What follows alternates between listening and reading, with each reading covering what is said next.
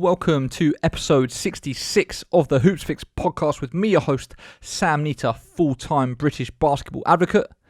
And on this week's show, I know I say it a lot. I know I talk about underrated players, untold stories, but I don't know if there is a player whose story is more untold or more underrated than today's guest. It is Andrea Congreaves, the greatest female British player of all time, the first British player to play in the WNBA, and a ridiculous career. Every time I look at her numbers, I'm reminded just how insane what she did as a basketball player is.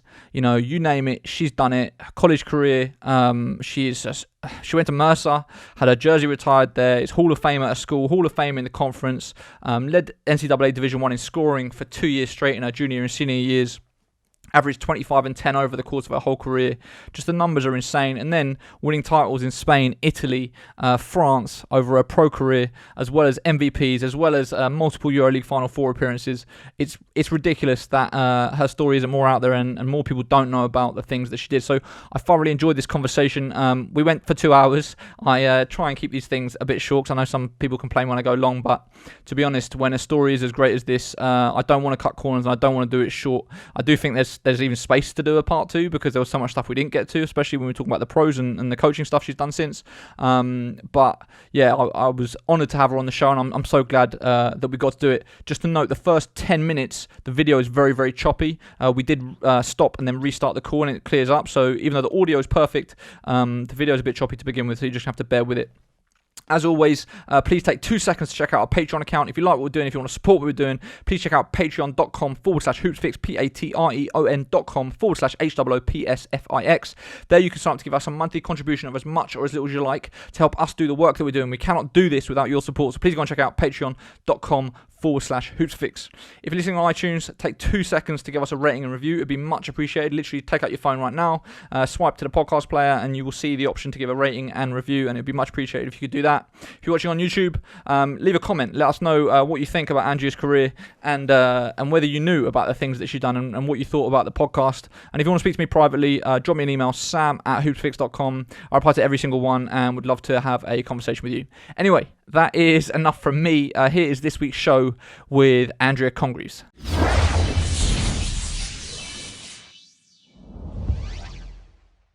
Andrea, welcome to the show. Thank you. Thanks for having me. No, it's you know what, it's crazy. Like, I obviously did my research before the call, and you know, I've obviously looked into your career a number of times over the years. But every time I go back into the details and I go back into the numbers, like, it blows my mind just how impressive your career was, and I feel like it's so under the radar in the UK specifically, where it's like, you know, there doesn't seem to be as much awareness of it as there should be, which is why I wanted to do this, because I just think it's fascinating. It's a story that, you know, definitely needs to be told. I spoke to Paul Stimpson on the podcast a few weeks back, and he actually mentioned that he was you know, the person to discover you, which I didn't even realise at the time. So can we sort of go back to those early days and talk about how you first got involved with basketball and how that came to be? Yeah, sure. I think I was like 15, 16, and the school I attended in Surrey didn't have basketball. We only played netball or did athletics. And I guess at the time, Basketball England decided we need to get more people playing, especially girls. And Paul Simpson's from Surrey originally, like myself. So that I guess they asked him to pick schools and go into these schools and try and introduce, you know, basketball at lunch times, just to get, you know, kids interested and go from there. So basically, it was literally one afternoon, my PE teacher said, "Oh, there's a gentleman coming in from England basketball. He's going to come in and do like a session. I think you'd be really good for it because you play netball. So, you know, it'd be kind of a slightly different, but I don't know that much about basketball. Why don't you give it a go? It's at lunchtime. Why don't you go along?" So I'm like, all right, go on then, I'll go. And that was literally the beginning of it. He came in, maybe I think he did like a whole term of basketball at my school. And I instantly, from that very first session, fell in love with basketball. I was like, this is something different. It's completely different to netball. Don't want to do netball anymore. I really want to play this sport. So he was like, well, one session in a week is not enough. Why don't you come to Crystal Palace, where they had which was unique at the time. They had a basketball school, as they called it. So it was after school. Travelled up to Crystal Palace on the bus, and it all started from there, because literally we went twice a week, plus him coming into the school. So I was getting basketball 3 times a week, and that's where I got hooked. That's where I kind of fell into the club, and it kind of took off from there. And so how old were you at that point? I believe I was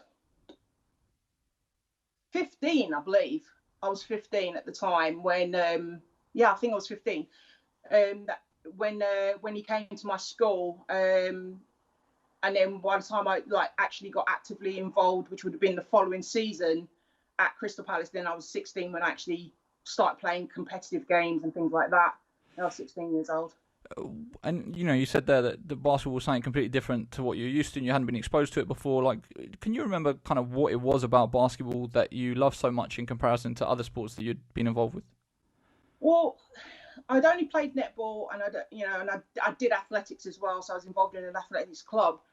But with basketball, it was the pace, it was the skill level, it was just such an exciting game. I mean, it still is, but it was things that you did in basketball that you couldn't in netball. Netball, you're restricted in your position and you can only go so far. Whereas for me, with basketball, everybody's involved at both ends of the floor, and I just love that just getting involved and making different things happen. And I was completely novice and didn't know what I was doing, but I just enjoy running the floor and rebounding and finding open players and making shots, and just the whole team camaraderie was just, I loved it. So it was an easy call for me to kind of not play netball anymore and slowly move away from athletics, because I was heavily involved in that. It was just the buzz of the game that just got me, and I just couldn't get enough of it.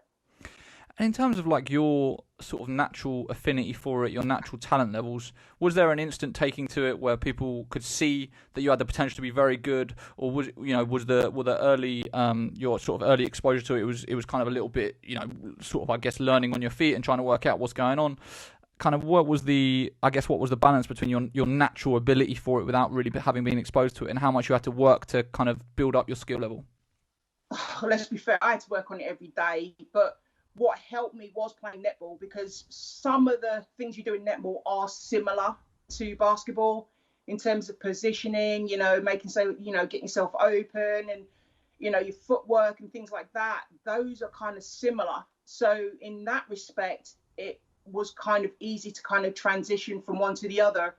But in terms of the whole technical part of the game, no, I had to work on that every day. I literally, having to dribble basketball was my biggest enemy at the time, because you don't do that in netball. You just stand there, pass, and move again. Whereas just doing those small little things that you naturally do now as a basketball player, I had to work at it big time, and so it was a little bit of both, really. It was a little bit of, I can settle into this because I can move and I know how to do that.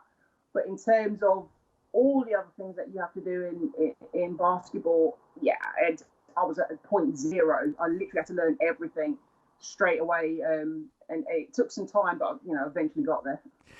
And so then Crystal Palace, to give us a kind of lay of the land, obviously in that era, Crystal Palace were the dominant program. Kind of, I guess, what was your progression from that discovery through the school of basketball that obviously Stimson was heading up? Kind of, what was your involvement in the game? Like, what was the state of the female game in terms of what level were you playing at? Was it juniors? Was there a senior women's team? Like, kind of how was your your weekly schedule in terms of actually playing competitive basketball? You know what, I believe, and I'll always say it, I was extremely lucky, because they had a very, very strong club program from juniors all the way up to their senior program. They, you had the likes of Mark Clark, who was with the senior women's team, and Paul Stimson was playing with the men's team. So every week that you went in, they had a women's junior program, they had a men's junior program. So when I went in, it literally transitioned from, I do basketball school for like an hour and a half, And then from there, instead of going home, I trained with the juniors when I first started. And then from there, I worked a lot with Paul and with Mark Clark, and then went training with the seniors. So it was literally, I got to the point when I was 16, 17, well, 16 in particular, I was training, I was playing basketball from 4 o'clock until 10 o'clock at night on a Monday and Thursday. So I was lucky in that sense of, I got a lot of basketball quite early, and I had some great coaches, and I had the women's program, the senior women, the likes of Claire Clark, Carol Parrish, Tracy Kinley, Tracy Whitnell. All these guys were playing for GB in England, and I was training with them twice a week.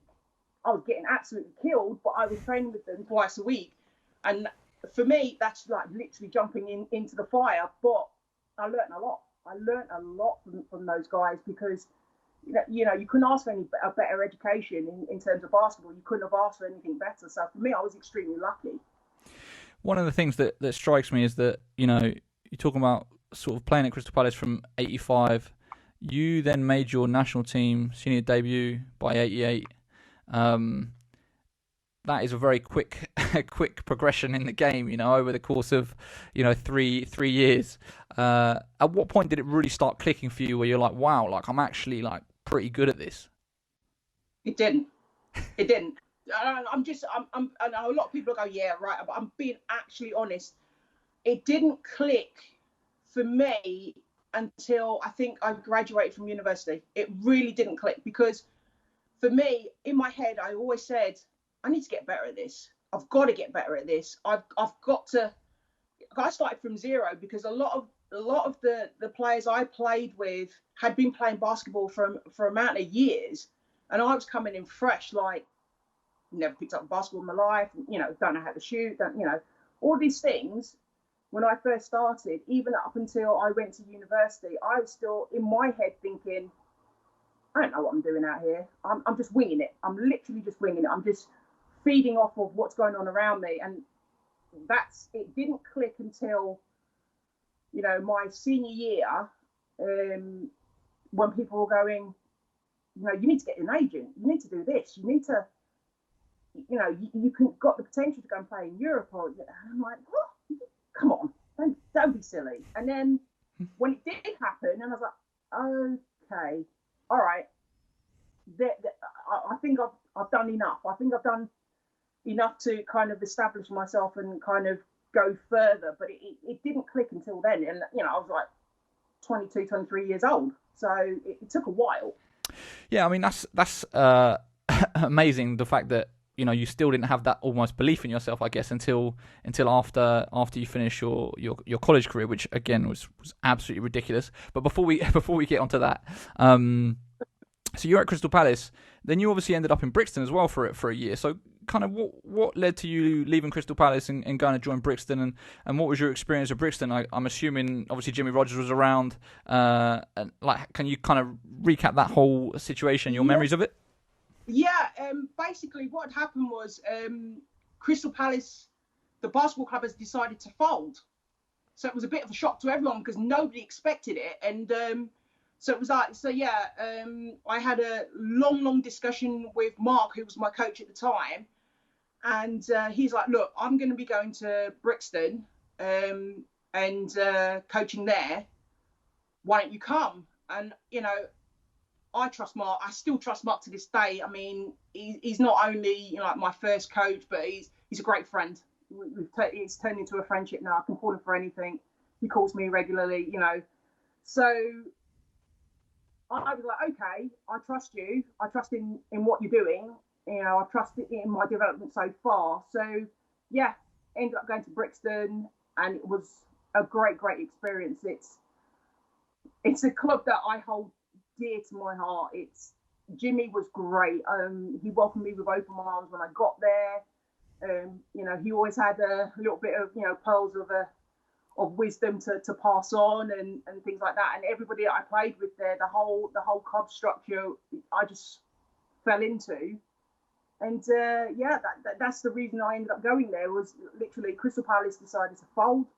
and Mark went to Crystal Palace. Some of the players from Crystal Palace went with him, and I enjoyed playing with them. So I was like, yeah, this is just a natural progression, and yeah, off I went. And then the other team I saw on your list was London YMCA. So what's the history of that? Because I hear the YMCA spoken about in the terms of the history of basketball, especially in London, but in England as a whole, I feel like it was one of the earliest places there was exposure to basketball in this country. But yeah, like, so what happened with them, and kind of what was your involvement with the club there?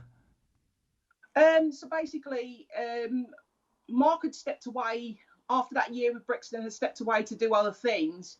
And I wasn't sure personally whether I wanted to stay at Brixton without him there. And so for me, we had, again, long discussion about what I wanted to do and how he felt and how I felt about how I was going to, get more progression. And it just seemed a fit to go to London YMCA. Again, was playing with the likes of Sadie Edwards at the time. She played there. Another England player. Juanita Davis was also there, another England player. And I wanted to surround myself with older, experienced players that could help mould me. And that's the reason I made the choice that I did, because at the time, once Mark had left Crystal Palace, a lot of the players that came with him also left and kind of dispersed to different clubs. But I wanted to make sure that I was playing with experienced players that had played at the highest level, with the national teams and things like that. And that's why I made the decision to go to the London YMCA again. And for me, another source of education in terms of playing, another, style of playing. And that's why I ended up playing there for a year. If you were to sort of, I guess, reverse engineer it and look back on those key years of your development as a basketball player, obviously what you went on to achieve was unprecedented, and still pretty much is, when we're talking about British players from the UK that have gone on to do amazing things in the US and college. But when you look at those key, what do you think it is that happened or that you did that has kind of separated you in terms of allowing you to go on to do those things? Were there any key lessons that you had or key learnings, or was it just your work ethic? Was it coaches? Was it that exposure to older players? Like, if you were trying to, I guess, almost replicate the formula, when you're talking about developing younger players, like, what do you think those key things are in terms of your own development? It sounds really corny, really cheesy, but it's two things. One was my dad, because my dad used to traipse me up and down the country to games and things like that. And my dad always said to me, listen, you got to work hard and you've got to put in the work and you've got to put in the effort, because there's always going to be someone that's going to take your spot. There's always going to be someone that's going to be slightly better than you that's going to take your spot. Now, you don't want that. And I'm like, well, no, I want to play. I want to be on the court as much as possible. Even though I'm still young and still not understanding the game as well as I should, he always rang that true in my head. Every time we went on the road, every time we were going to a game, remember, work hard, give it your all, because someone's going to take your spot if you don't. The second you slip up and think you've made it, or you think you've done enough, someone's going to take it. And I lived with that credo every single day until the final day I stopped playing basketball. It was like, no one's going to take my spot. No one's going to take that away from me. You're going to have to literally carry me off the court before that happens. And the other part of that was Mark. Mark used to give me such a hard time from when I first met him to now. He used to give me such a hard time. It was like I wouldn't even be on the court and he'd still be yelling at me. And I was like, okay, what have I done? And Mark always said, the second I stop talking to you, be worried. Never got it. Didn't understand. I'm like, what's he talking about? I'm like, well, I'll be happy if you stop talking to me. It'd be great. But he said, you'll understand it later. He said, but if the second I stop talking to you, there's going to be a problem for you. And I was like, what's he mean? So I spoke to my mum about it. I was like, Mum, what's he mean? And she was like, yeah, it means he doesn't care about you anymore. He doesn't believe in you anymore. He's going to move on to somebody else. And I was like, okay, now I get it. Okay, got it. And those two bits, those two conversations is what stemmed me to keep pushing, to keep trying to improve, to keep looking for avenues where I could become better and better and better, because I didn't want to just be another person that you named years down the line going, oh, whatever happened to? I didn't want that. That was in the back of my head all the time, but I also wanted to challenge myself and see how far I could get. That was the biggest thing for me was, I don't want to be, remembered for, doing this, and this. I just wanted to see how good I could get. That was it. Simple as. I just wanted to push myself, and I don't like to lose. Simple as. I don't like to lose. It doesn't matter what I'm doing. And that drove me forward. That was a reason I would get up at 6 o'clock, 7 o'clock in the morning and go find a gym, or, outside throwing the ball against the wall, driving my parents crazy and things like that. That was it. Just those two conversations. Simple. Did you find that on the court in England, whether it's with Crystal Palace, Brixton, or London YMCA, like in terms of your own individual statistical output, kind of were you dominating? Like, was it quite clear that you were sort of a level above, I guess players of the same age group, but then, I assume you were competing against the women as well. So like the players that were obviously ahead of you as well. I don't think I was dominating. I really don't. I mean, I guess you would have to ask other people. I really don't know. All I know for me was I would always set out to be a team player. That was my thing. It was never about me being the player. It was, for me, was I need to go in there and do a job. If the coaches said, go in there, clean boards, I went in there and clean boards. That was it. If they said, we need you to shut somebody down, I did that to the best of my ability. It wasn't for me about being the main player. I really don't know if I ever dominated. All I know is, as far as I was concerned, if I walked off that basketball court, I gave everything I could for the role I was asked to play. Simple. That was it for me. So, like I said, you would have to ask other players whether I dominated or not. I don't think I did. I just went in there and did a job. Did you have other players in England that you were looking up to at that time that were kind of your role models and sort of, I guess, inspirational figures?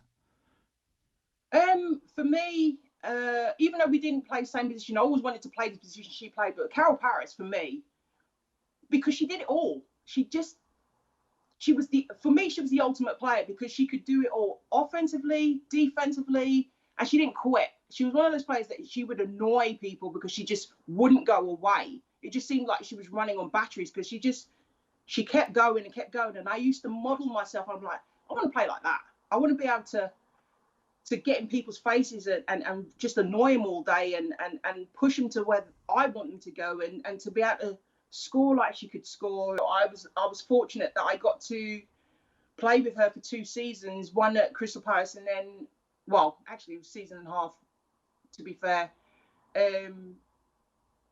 that I got to model my, to get to play with her and to get a lot of experience watching her play.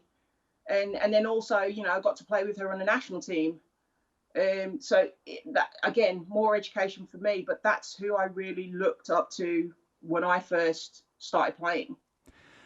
At what point did the reality or the opportunity arise that you could kind of see that going to the States and getting a scholarship was a potential route for you? To be honest, I didn't know about going to the States. I mean, that conversation had never been had.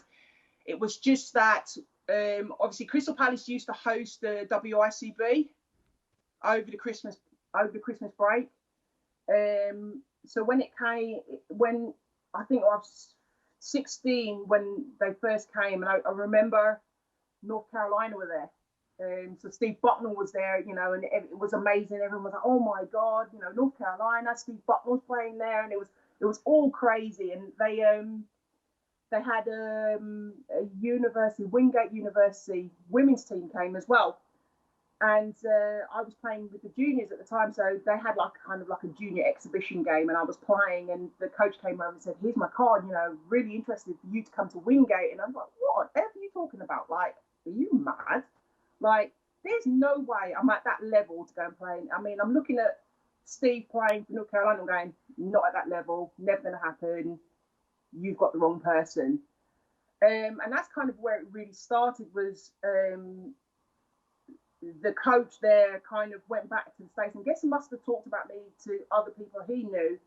And it started going on from there, because then Mark was like, oh yeah, we've had some contact from other schools, interested in you. And I'm like, yeah, right, okay, come on, don't be silly. But that's where it started. It was literally at the WICB where, I spoke to this one coach, and then, before you know it, within the next season, the season after that, I was having regular conversations with Mark about, there's a potential you could go to the US and play. And I'm looking at him going, like, no. I mean, as much as I knew about the US college system, which was very little at the time, but I knew a couple of players that had been. I'm like, I'm not at that level. There's no way. I mean, that would be a dream, but I don't believe I'm at that level. So, okay, we can talk about it, but we'll see. And I dismissed it. I literally dismissed it. And then at what point did it change where you started thinking, okay, this is actually a reality, like I could do this now? I think it changed when the phone calls started coming, which drove my parents to distraction, because obviously back then people in the US didn't realise there was a time zone difference. So we were getting phone calls 2, 3, 4 o'clock in the morning, and my dad's going absolutely mental, because he's like, I've got to be up at 5, half 5 to go to work, and these people are calling. And there were schools like Kansas, North Carolina, UCLA, which I must add, Mark was disappointed I didn't go there, because that was his top pick. He really got mad at me for that one. But Ole Miss, all these schools are calling, going, we really want you to come. And I'm like, no, come on, no, not a chance. But then that's when reality kicked in, like, this could actually happen. This could be reality for you. You could actually go. So then the serious conversation came about, where, okay, let's consider it. Let's look at what you want to do, in terms of education as well. And let's look at, the type of school where you think you could fit in, and do a job. And, and that's kind of where it kind of took off. But yeah, it was through the WICB and all of that all came about. And then, within a couple of seasons, then it was like, okay, this is a serious conversation. Now let's decide what's the right option. And, obviously in that period, it's not like now where they can watch a live stream on the internet or find an illegal stream of whatever game someone's playing in. So how were they, like, well, I guess they were hearing of you from word of mouth, but like, what was the actual, in terms of them knowing that you were a player, were they coming over and visiting and watching your games? Like, how did they get to a point where they had enough knowledge that they were sold on you and wanted to start having these phone calls and, trying to offer you? It was, and it sounds so simple, but it was literally word of mouth, because nobody ever came to the UK to see me play. And I think a lot of the time they spoke to Mark, because obviously they knew he was my coach. They also spoke to Jimmy Rogers as well, just to kind of, well, what's she like? What does she do? How tall is she? These types of things. But I never actually had anyone come and sit and watch a game. They may have had stats on me that Mark might have passed on, or Jimmy might have passed on. I don't know. I've never had a conversation with them. But that was it. It was literally word of mouth. Let's take a punt. That's basically how it came about. Really, that was it. That's unbelievable. And so did you go on visits? Like, did you have a top 5 or whatever else, or was it very much like you wanted to go to Mercer? You knew you wanted to go to Mercer. Like, kind of how was that decision making process played out in your head? I had the opportunity to go and visit. But the way it all worked out, which is really, really off cuff, but I was still, in my head, I'm thinking, I'm still not good enough. I want to go, but I'm not good enough. And I'm definitely not good enough to go to these big programs. UCLA, North Carolina, these schools are big, they're massive. That's in my head, I'm going, they're massive. I'm going to get lost in the rush. I'm not, I'm never going to play. I'm probably just going to sit on the bench or whatever. I'll train and get better that way. But I felt like I needed to go to a smaller school where I could get a little bit more one-on-one attention, because I still didn't know what position I played, what I was really good at or not good at, or what have you. So I literally went to the States and spoke to a guy named Ken Patrick, who was at the time head coach of University of Miami. And I stayed with him for a bit, went on a visit, realised that Miami was still too big. And he goes, you know what? I understand what you're saying. You want to go to a smaller school. You still want to go D1, but you want to go to a smaller school where you could get a little bit more attention on the court. And I said, well, yeah, that works for me. And he contacted a guy named Ed Nixon at Mercer University and said, listen, got a player. He's looking for a smaller school. All the information. Went for a visit and signed. And that was it? On the dot. That was it. Wow. There was no part of you that thought you wanted to see more places or consider more places. Nope. It was very much... Nope. As soon as I walked on campus, I went, I love it. I just had a feel for it. And I walked into the gym. It was the most pokey little gym ever, but it felt like home. It felt like home. And I went, yeah, this is it. And signed on the day. Wow. End of conversation. There was no more to be done. So then when you moved out to the States, how did you find that transition, I guess, both on the court and off the court? It was tough. It was tough because, I left everything behind, my family, my friends, the life I was used to.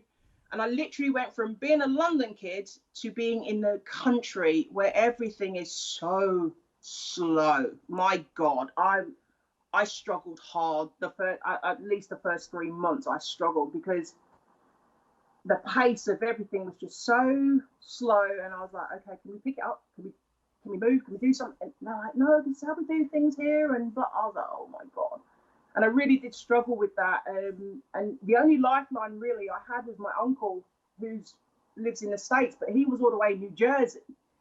And from New Jersey to Macon, Georgia is a long, long way. So it was a lot of phone calls to him. And thank God me and him are like this, because he was my support out there. Because, calling back to England, time difference, expense, all of that stuff, it was difficult to do. So, luckily I had that support with him, where he was like, you're going to be fine. You're going to settle in. You've been here a bunch of times. You know what it's like. New Jersey's a little bit different to Macon, but you'll be all right. You'll settle in. And once the game started and, school started and all that, I just settled in. It became a routine then. It's like, okay, I'm getting up at this time, got class at this time, got practice at this time. So those things kind of, it took a minute, but yeah. What would you say were the biggest differences that stuck out in your mind between what you'd been used to basketball-wise in England compared to the US? For me, it was how everything was regimented. When I played in England, shucks, training, train, have a laugh, go home. That's it. That was it. That was my life. And then you go to the States and you're a member of a team. This is what you do. This is how you present yourself. This is how we are. We literally had a coach. Don't get me wrong. It was absolutely wonderful. But we had to eat together. We had to go to study hall together. Everything was together. And I get that in the sense of, you're trying to, have a team camaraderie. But I felt like, can I get a minute just to myself? just do something different. But that never happened. It was always, we always had to be together, and we all, and to a point, yeah, you get it, but to a point, you're like, can I just get a minute, please? And it was the intensity of training. You had to be on it. From the second you stepped on the floor to the second you stepped off of it. If you weren't on it, you're running. You got some sort of punishment, not punishment, but you're going to pay for not bringing your A game every single training session. And that was the biggest difference, because I think with playing at Crystal Palace, and especially playing at Brixton, Mark knew I was developing still. And so he would yell at me, and yes, he would push me to get better, but he would step off the gas a little bit if I needed it. He was like, okay, I see you're struggling. I know you're learning. I know you're trying to get there, and I know you're working hard to do it. All right, let's step off the gas a little bit. But there it was. It didn't matter. It didn't matter. If you didn't give up, you 100%. There were repercussions for it. So those were the biggest differences, and the fact that everything had to align. Everything from you getting up at 5 o'clock in the morning to go run prior to breakfast, and then school, and then after school back training, and the amount of hours we put in back then. Obviously, the NCAA has changed that since then, but the amount of hours we put in was insane because there was no restriction on how many hours you trained a week. So we could be in there from sun up to sundown on some days, just different things, whether it was individuals, whether it was, in the weight room, whether it was on the floor, whether it was out on the track. It was tough. It was tough, but it molded me. It got you into a way of thinking, okay, if I want to get better, this is what I need to do. So yeah, those are the biggest difference, I think.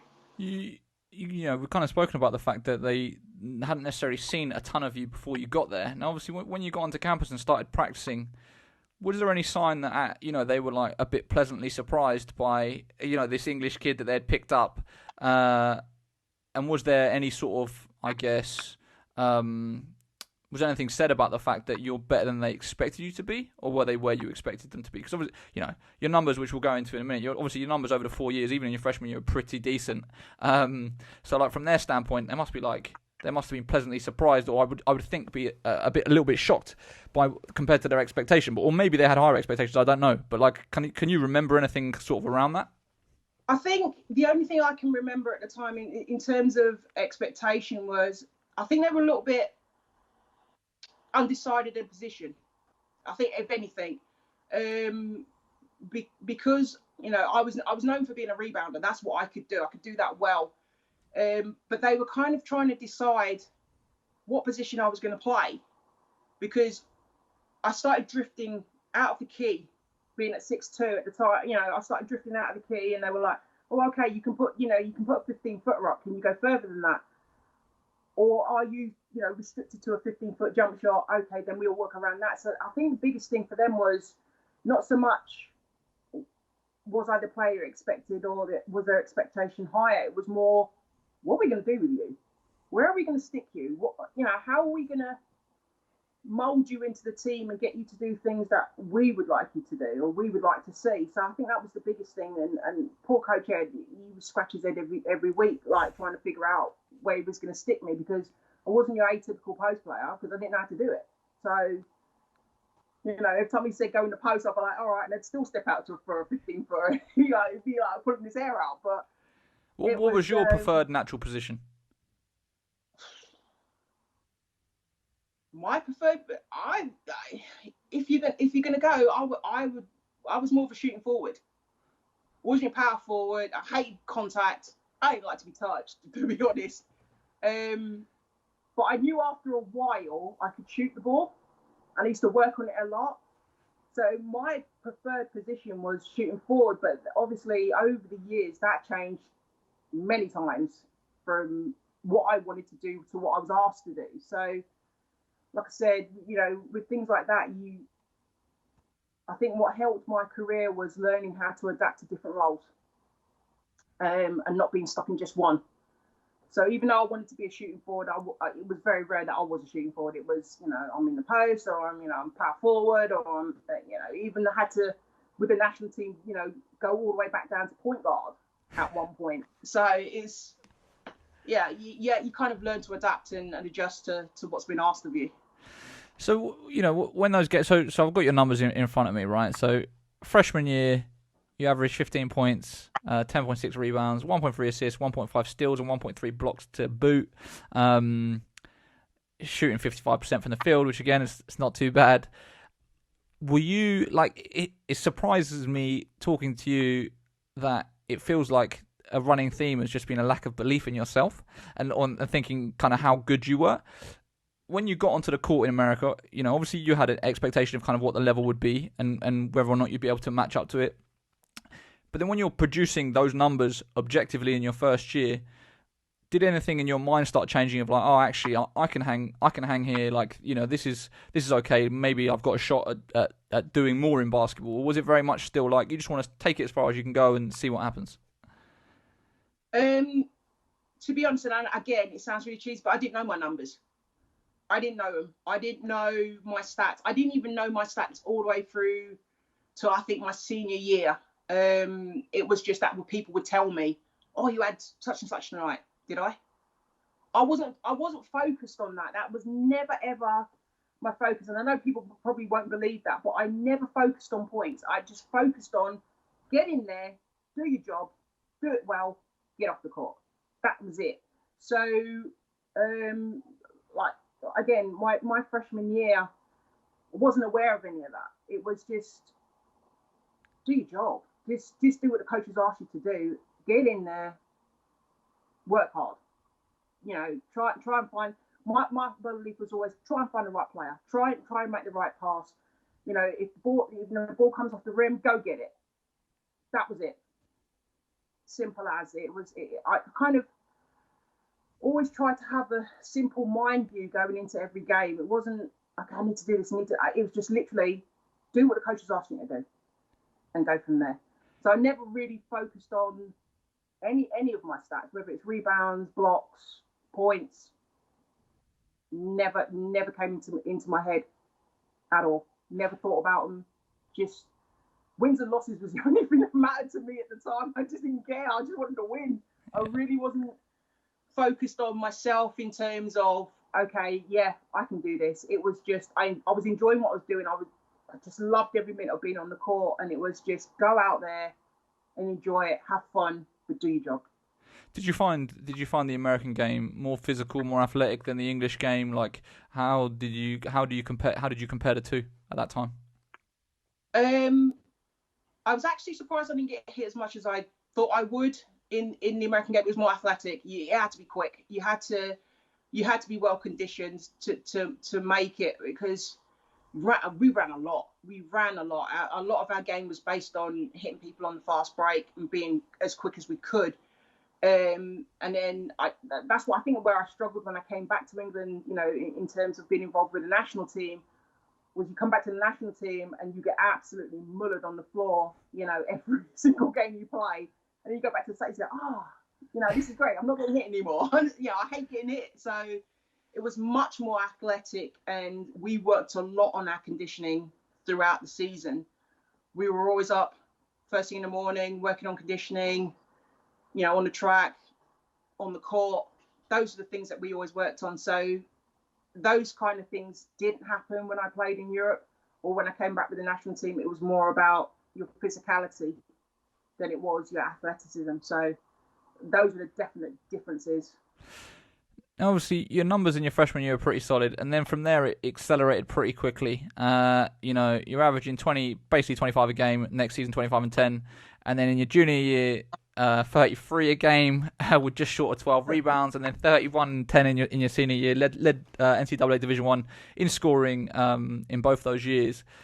What do you attribute that big jump from going into your second year? Was it just a case of sort of getting more adjusted culturally to living in America and the lifestyle, and then obviously on the court as well? Or was it something else in terms of your own development, working with coaches or working on your own game with workouts? It was change of coach. We had a change of coach. We had Lee Henry come in, who, you know, played for Tennessee. He's a gold medal winner herself. And she came in, she changed the structure of the team. And basically she had watched film from my freshman year and basically brought me into the office. We had a one-to-one, and she was like, you could do more. You could definitely do more. You're holding back. And I really didn't know what she meant by that. I was just looking at her going, okay. But she said, you can definitely do more, and I expect more, and you're going to give me more. And that was basically the conversation we had. So coming into my sophomore year, she... without kind of tooting my own horn, she kind of based everything around me. So pretty much every offense that we ran, I at least had to have the ball in my hands at least 2 or 3 times going through each offense. which was new to me because I felt it really hard to kind of adjust to that because I'm not used to you giving me the ball so much. I'm used to being the one that gives it up and finds the right player. But there was myself and a girl that came in named Jana from Finland. She based everything around us, and we would flip flop each game pretty much on who was like top scorer or what have you. Again, don't know numbers, but I just know, obviously I was told after games and things like that, oh, Jan had this much and you had this much, and I'm like, okay. But that's kind of where it all changed because, Lee was like, no, we're not having this. We want to win. We want to change the program around because we had a losing year the year before. She was like, no, we're going to turn that around. We were 5-25 my freshman year. We went 25-5 the following year. She was like, we're going to turn this around. So, and that's where it all kind of changed and evolved. And, obviously as the years went on, like my sophomore year, I had a decent year, and then going into my junior and senior year, she was like, I want more. You can do more. And that's kind of where it went. Were you getting any type of sort of national attention, press attention, media attention? Like I would assume at some point it must have started because the numbers you're putting up are just ridiculous. It would say it started my junior year. So obviously finishing off my sophomore year, and we had as a team, we had a really, really good year. Obviously the attention started then because they're like, oh, you're going into your junior year, how's it going to be? The team around you is pretty much the same. We've added a few freshmen, but we're a pretty solid unit. What are you going to do this year compared to what you did last season? And then the media followed, and it was after games, people want to talk to you, and I'm like, what is this? Like, really? Like, come on. You can pick, I could pick a handful of players on my team that you could talk to, but they wanted to talk to me, and, how things going. And I think they also liked the added fact that I was British. I had this accent, and they wanted to hear that. And, down in the South, they're like, oh my God, it's amazing, whatever. So I was like, but it started, I'd say, the beginning of my junior year, pre-season going into the season, and then it kind of escalated from there. Once the team were doing really well, we started getting local attention, and then I think it was midway through my junior year that USA Today came and wanted to speak to me, and I'm sitting there blown away going, wait, I even know what USA Today is. I know it's a international paper, and they wanted to speak to me, so I was kind of like, then it was kind of, okay, this is a little bit too much. I don't like this, but you kind of had to take it on board because you kind of run away from it because, after games, they're right there waiting for you. So, yeah, you kind of had to deal with it, but it wasn't something I was really comfortable with, but it's kind of part and parcel of what you do. At what point did you start thinking maybe you could be a professional basketball player? Like, is that started coming in your mind? I mean, you'd think when you're averaging 33 and 12 in Division 1, there would be some thoughts floating around of like, oh, maybe I could do this for a living, or is that still not even on your radar? Not on my radar. It wasn't on my radar. Never was on my radar. It wasn't on my radar till my senior year, and that literally came at the end of my senior year. It didn't. Again, to understand me, my thought process had always been, I just want to be a better basketball player. I just want to get as good as I can get. There was no conversations or thoughts of going to play pro. What do I do after this? My thought process was, I'm going to get as good as I can get, and I'm going home. That's it. That's the only thing I thought about. And when I go back, I want to show people at home, I want to show my family, I want to, show my coaches and people that, had trusted in me and put a lot of faith in me. I wanted to show them what I could do. That was my thought. It wasn't about going to play pro. It never entered my head, and it only came about through my senior year. And then on my senior year, it was then I was honoured to be, named an All-American. But they turned around, literally went to Atlanta, and all these agents came out of nowhere saying, we had to sit down in this room, and there's all these agents like literally pitching their companies and things like that. saying, sign with me, sign with me. And I'm like, what are you talking about? So what are you on? Like, sign with you. And then the conversation had to start. Then it was, you could actually be a pro, Andrea. You could actually go and earn money doing something you absolutely love. And I was like, all right then, all right, let's put this into thought. But again, still thinking, am I good enough? I know I played in the States, but actually, am I good enough to go back to Europe and play professionally? Can I do that? And so, the doubt was there, but I think that doubt is what drove me forward. Was, okay, come on, push on. Yes, you can. I'm sure you can. Come on, let's give it a try. Even if you play 1 year and see how it goes, go from there. And that's basically how it came about. Yeah. Was there knowledge in England at the time of that? There's this British player in the States that's just doing very, very well. Like, did you hear of anyone back home that was kind of saying, "Oh, we've heard you doing well," or were you very much just isolated on your ones, just going through the motions without any sort of knowledge with people back home knowing what was going on in the States? I have no idea. I actually have no idea. The only people that I know that knew what I was doing were, one, my parents and my family, because obviously I spoke to them, and Mark. And the only reason I think Mark knew is because he was in contact with my coach in terms of like the national team program, because he was head coach at the time. So it was, the national team program, how's Andrea doing? Is she well? Is she playing well and things like that? What are her numbers? So I think the only actual person outside of my family circle and friend circle was Mark Clark that knew what was going on, and potentially Jimmy Rogers maybe, but I'm not entirely sure. I don't know. I really don't know. Were you playing for the national team during the summers whilst you were at college?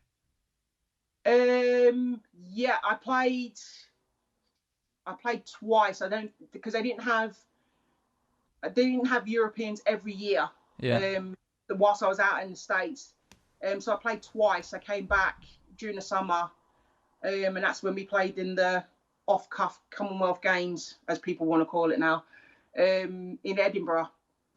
So I think I was 21 at the time, so I came back for that and came back for the Europeans, I think the year before that. So that was the 91 Commonwealth Games. So you won a gold at that one, right? Correct. What did it mean for you, kind of, I guess, representing your country? Like one of the sort of, well, you're the only player to have played from the females to have played from the original GB programs when there was the Olympic qualifying tournaments and stuff, through to then the new era in 2006, 2007, obviously in the run up to 2012. So but then of course during the middle of all of that, I think it was, I've got it here, so from 1998 to 2006 there was no GB program that was running at all. So which kind of leaves a lot of what ifs where when you're talking about your international career in terms of representing the national team. I spoke to John Atkinson beforehand, who's obviously the historian guy and gives me all the stats and numbers, and he was saying that it's very possible that you could have been well over 200 caps if there'd been actual a program for you to compete in and play at the time.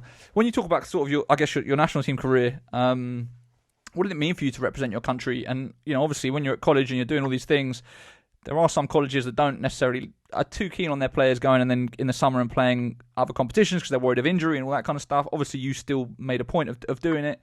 Can you kind of talk about your feelings around representing your country? Oh, for me it was the highest honour. To play for England, it's not about just putting the shirt on, but for me, it was the highest honour of actually, standing out there representing your country. It was everything for me. If there was a goal, that was my goal, was to represent my country, and to be able to do that was massive for me. But therein, there was a problem because obviously, I'm attached to my university. I've signed for them, and they were very hesitant on allowing me to travel back to the UK to play with the national team in the summer. Injuries, things like that. All things could pop up, and obviously it took a lot of persuading from Mark, a lot of phone calls to get her to say, okay, you can go play for the national team. Because I used to badger her all the time, like, I want to play. you've done it, you understand it, because, you know, she played for the USA, she's got her gold medal. I'm like, look, that's all I want to do. I want to play for my country. And if I've got the opportunity to do so, and I've been called upon to do that, I want to go. And it took a lot of badgering, it took a lot of phone calls from Mark, it took a lot of phone calls from Basketball England to get that to happen. And fortunately, with a lot of persuasion and a lot of assurances, I was able to travel out, you know, in 2 different years to go and represent England and GB. Well, it was England time, anyway. I assume that kind of because you're in the US college system, you hadn't seen a lot of your peers sort of come through and develop at that time. So the national team was a time for you all to get together and kind of see the progress of each other. Who were some of the names that stand out for you, like teammates that you had during that period where, you know, maybe you came back and you're just like, yeah, you know, we've got some talent coming out of England or GB? I think at the time when I came back, from someone from my age group was Gaynor O'Donnell. She was out, you know, starting point guard when I was, you know, with the under-17s and under-19s program. And to see her still involved with the program, even though she didn't go to the States until after me, was good to see. But when I came back, it was still, as I call them, and I hate me for saying it, but the old guard was still there. Like the Claire Clarks, the Tracy Kingleys, the Tracy Whitnalls, Carol Paris, all those guys were still playing. So there was very little space for younger players at the time. So myself and Gaynor were the only 2 that I can recall that actually kind of broke through, because it was difficult because of, you know, where we played and the positions we played. They still had very experienced England players still in, you know, the peak of their career. So it was very hard to break through at that time. So we were kind of brought in as, yeah, you're just going to be a relief for them when they need a few minutes, go in, run around, expand some energy, and then come back out. So, you know, when we did come back, it was difficult trying to settle in. It was difficult knowing that I know I'm better, but am I as good as you are? Are we at the same level? Am I better? I don't know. And again, you know, I never questioned Mark or any of the coaches, you know, assistant coaches or anything like that. It was, if he's asked me to do a job, I'll do it. It doesn't matter how or why. So you ended up with, you had 15 caps for GB in the end and 40 for England. Oh, we've lost your phone. When you look back on your national team career, what are the standout memories, games that come to mind if I was to ask you to pick a couple? Wow. For me, I guess the standouts will always be, I think, one, when we won the gold in Edinburgh, that's probably got to be, and the reason I say that is it's got to be one of the hardest games I've ever played, that gold medal game, because I was having an absolute howler in the first half. You'll agree with me if I say it, but literally that whole halftime speech was at me. Mark literally went to town on me. And I thank him for it. At the time I didn't, but now thinking back on it, I needed it. But you know, he put me in to play a specific role, and I wasn't getting it done. And it stands out because of what he said. It's how he said it. And you know, the rest of the team were just sitting there, just looking at him, and he's literally just absolutely caning me. But we went out, and I had a better second half. And I would like to hope that my performance helped to win that gold medal. But that stands out to me as it told me that I can be better. I am okay at this. I can do things that others are doing, and I can go further with my career. I can do the things that all these people are saying that I can do, and I didn't believe it. But it was just that switch I needed. And he got it out of me. And for me, that's what it was all about for me. And then I think when we won that bronze in Melbourne, it meant so much for me personally, but it also meant a lot for Basketball England, because it was a stepping stone we needed for 2012 to happen. And to be part of that makes me extremely proud that I was able to help and assist and get the program to where it wanted to go, which was 2012, to be represented at 2012.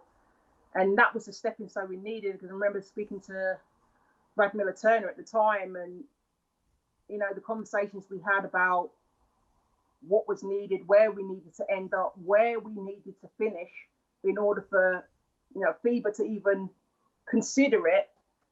There was a lot of pressure, but to get it done was massive, and I'll never ever forget that. It was such an amazing feeling, it was an amazing group that went out there. Those kind of stick out for me. And obviously my debut at 17 in Portugal, playing against Israel. Never thought I would get there. Never thought, this would happen. And to be able to go out there and represent your country at that age, in a tournament, it kind of gives you some sort of belief. Even though it took a while for me to kind of really click on and push on, it was the beginning of me going, okay, I can do a little bit or something. So. Do you follow the Great Britain senior women's team now and kind of keep up to date with their progress? Obviously, the 2019 the Eurobasket performance, where they finished fourth, was pretty historic. How kind of, I guess, in touch with the program are you in terms of following it and seeing kind of their progress and tracking it?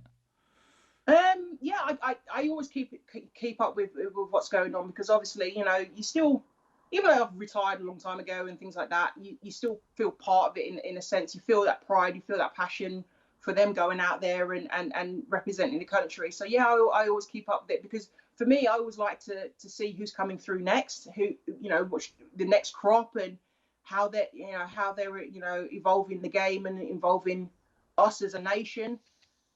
So I was extremely proud to see them really achieve great results. And I was rooting for them the whole way through. I was watching every single game, live streaming it and things like that. And to see them get there, and you're thinking, come on, push on, let's get it done. It thrills you, because I have people I've watched, and they've paved the way for me, and I hope that my era paved the way for these guys, and they are now going to be paving the way for younger players that can watch and go, look, we can actually do something here. We can actually compete with the best teams in Europe and potentially the world. So it makes me extremely proud, and like I said, I always keep up with it, because I want to see the next group come through. I want to see how we progress. It's I've had my journey. I want to see theirs. I want to see where they go. So yeah, I definitely keep up with it. Do you think the younger players coming through have an awareness of who you are and what you've done? Probably not. And I don't expect them to be honest. I really don't. I mean, my career was years ago. I mean, if it was me, if I was looking at players that are playing now or have played slightly before, you're looking at like the Joe Leadens, you're looking at Temi, you're looking at those guys. Those are the players that, if I was that age, that's who I would be looking at. I wouldn't be looking at someone that's been way down the line. It doesn't make sense to me. So I wouldn't expect that. I really wouldn't. But do you not think that, like, I always feel like the history part of the game is something that's really, the historical part of the game is really something that's really missing with the British game in terms of creating a culture and knowing what's come before. Mm-hmm. And yeah, like I've said multiple times in this interview, the career that you've had hasn't, like, I think it's it's very unique, and it's a story that needs to be told. Has there been conversations at all with? I know, like, you're obviously involved with the under-20 women's program in the late 2000s, right? Was it 2008-ish? Yeah. But has there been conversations, whether it's with the federations of bringing you into sort of any training camps or things to kind of talk to any of the players coming through and sort of tell your story at all? No. Never. And that's their choice. I mean, I'm not upset about it or anything like that. That it's their choice. If they want to, then fine. If they don't want to, then it's their decision to make. I think the only I refer back to Mark again, because, like I said, we have that bond. But the only person that's ever asked me to do anything like that has been Mark, and that's been at Barking Abbey, where he's had players that are considering going to the States or going to Europe or things like that, and as he says, he talks until he's blue in the face, but he'd rather have somebody else that's been there and done it to come in and kind of have that conversation and kind of just give some advice and things like that. So in terms of, kind of trying to give back and things like that, that's pretty much where it's been at in terms of talking to players. I've talked to a few, especially at Barking Abbey, some outside of that academy, but that's pretty much it, really. And am I right in thinking, like right now, like you're not involved with coaching at all or basketball at all, or are you involved anywhere? No, I finished at University of Nottingham last year. Yeah, last year. And just taking a break. Just it's been the first time in some years that I've not been involved in basketball one way or another. So it was just taking a break, spending time with my family and just being a regular person, as you want to call it. But this is the first time. But obviously, me being me, I'm itching to get back in and get involved again. I just it's what I love to do. I love giving back, and I love to help with the younger generation coming through. To see them progress and to see them try and attain their goals and their aspirations. That's always been big for me. It's been key for me. I've had my journey, and now it's time for this younger generation to have their journey and to see where they can go. And for me, that it thrills me to even play a small part, just to even if it's advice or just getting on the court and helping with whatever. That's kind of where I sit at the minute. Would you like to be involved with national team programs, whether it's juniors, seniors, at some point in the future? Oh, absolutely. That's always been a goal of mine. I've been fortunate that I have been involved with it in the past. Yes, I would like to be involved with it again. But again, it's down to coaches and their personal choices. It's not a matter of me walking in there going, yeah, I'm here, come on. It's you got to be able to work with the people that you've brought in, and if coaches want to go in a different direction, then that's again their choice. So you can't really get too upset about that. But my aspiration is to be involved once again at some point. I hope that happens. It seems like it just strikes me that someone of your experience, some of your with your resume, is not closer to all of these talented players that we've got coming through. So I do hope there's a way in the future that you can be back involved for sure. So jumping back to the career timeline. So you're in your senior year. You've kind of been named an All-American, top 10 player in the country. You've led NCAA Division 1 in scoring for 2 straight years. You've got agents contacting you. When you finished college and then you're making a decision about what's next, first of all, making that decision to I am going to pursue this and going to be a professional basketball player, and then signing that first professional contract. Kind of what are your memories around that and sort of how that process went? It actually went quite quickly because it was actually frighteningly fast, because at the time I was injured. By the time the Final Fours took place, I just had total knee reconstruction.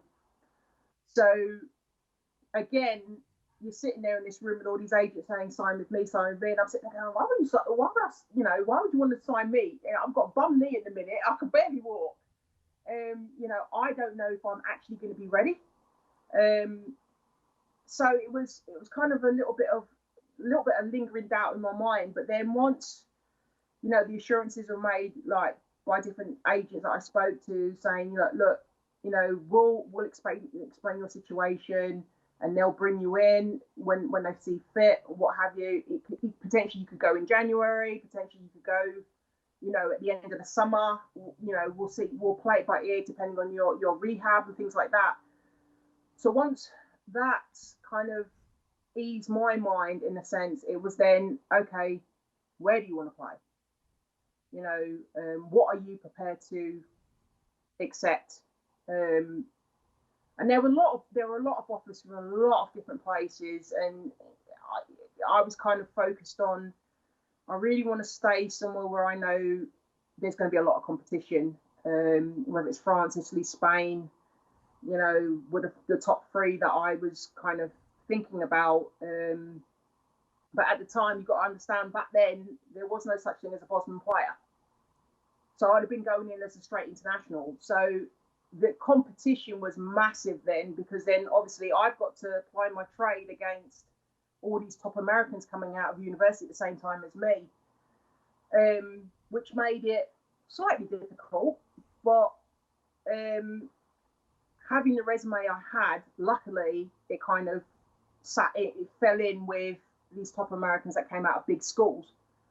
But it was really important for me to play in one of the top leagues once I left university. But the whole process in itself literally took about 2 months. From the time I started talking, like I signed with an agent, which was literally right after the Final Fours, it took about 2 months for everything to kind of take place and get set up, and for me to sign my first contract. And when I did, it was surreal. It was actually surreal, because I'm like, wow, this is for real. This is actually happening. Am I actually gonna go and be a pro? Someone's actually gonna pay me to play this sport I love. This is like Christmas. So yeah, it took about 2 months, but yeah, it all came about and it all worked out. But it was he's still thinking you're gonna wake up and it's not happened. So you decided to sign in Italy, right? That was the first contract out of school. Yeah. How was the transition from college life to the pros? Like, what are the things that stick out? Like, I feel like there's a lot of people that talk about the difference between, I guess, the provision you get at a lot of Division 1 schools in the States is better than what you'd sometimes get at professional level in Europe, right? So kind of I guess how was that transition, and I guess the differences for you between college life and pro life? It was difficult to start because it was a complete opposite of what you were used to for 4 years. Like 4 years, everything was literally laid on a plate for you. I mean, you didn't have to think about washing your kit. Something as simple as that, washing your kit. You didn't have to worry about meal times, because you just walk in into the cafeteria and eat.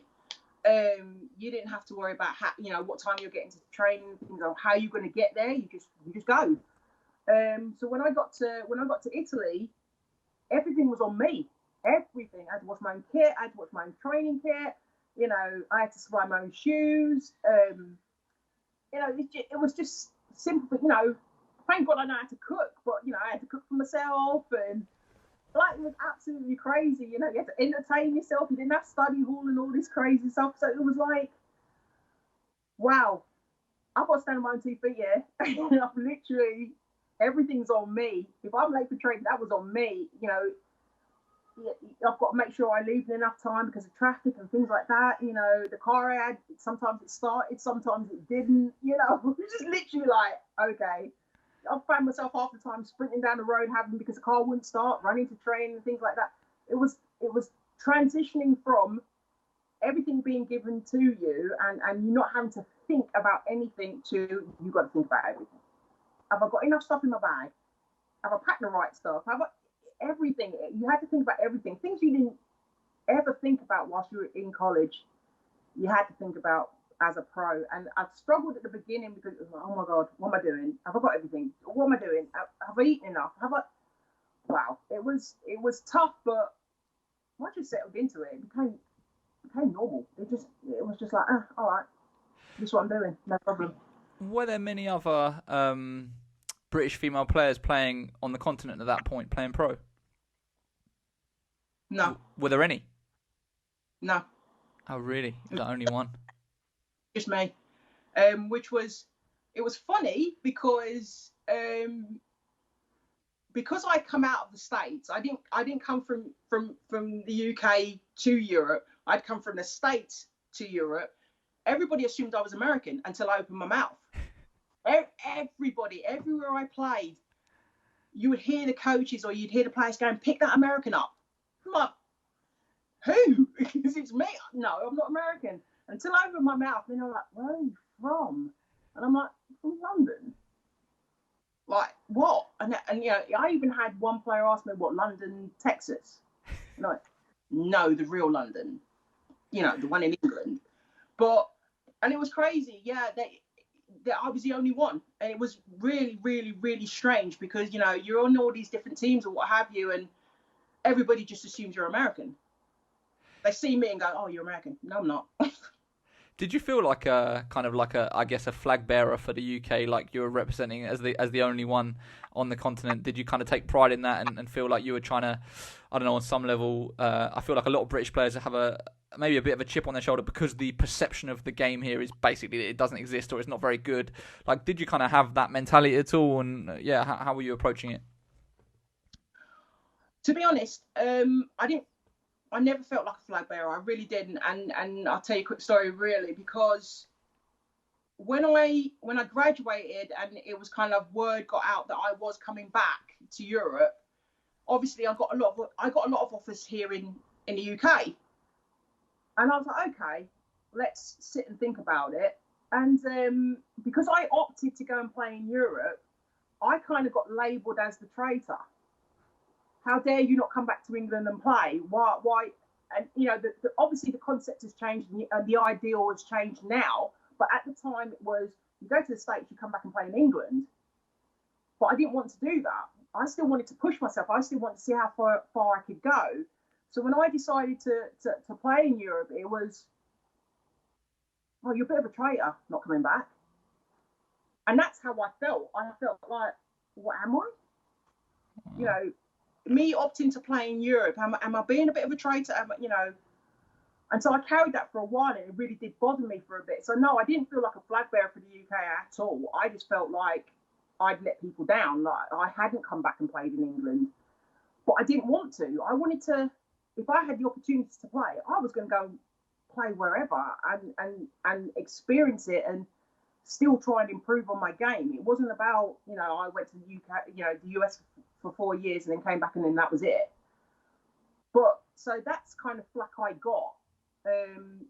When people knew I was back in Europe, it was, well, you should have come back here. Why have you gone to Europe? But obviously, if this was now in these days, yeah, it would have been a no-brainer. You just you meet these dates and you go. If you got an opportunity to play in Europe, you go.